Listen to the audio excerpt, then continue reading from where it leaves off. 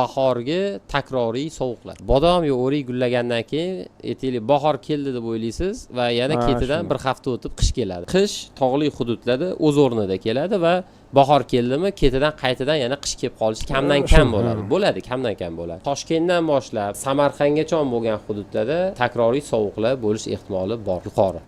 Vodiy himoyalangan shu narsadan. Ularni o'zini doimiy haroratiga nisbatan anomal harorat bo'lgan va o'sha yilda birorta bog' egasi bog'imni sovuqdan yo'qotdim deganni men deyarli ko'rmadim. Vodiyda. Sovuq urish ehtimoli kam bo'lgan hududlarda va ertak hududlarda zo'r pul qilayotgan odamlarni ko'rib, siz hech qachon o'zingizga shu narsani olib kelib bog' qilmang agar sizniki o'sha hududda bo'lmasa yeringiz.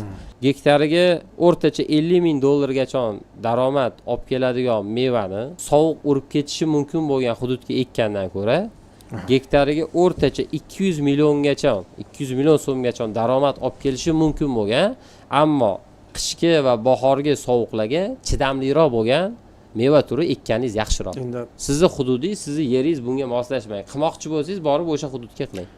5 yoshli o'riklardan bu yil Toshkentda meva oldik. Yaxshi sifatli qilib yetishtirdik, yomon narxga sotilmadi, ammo 5-yilda bir marta olyapti.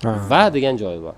Bundan keyin nima bo'lishiga hech kim kafolat bermaydi. Siz agar yeringiz avvaldan olib bo'lingan bo'lsa, yerni o'zgartira olmasangiz, endi foydasi nisbatan kamroq, lekin xavfsizroq mevani eking.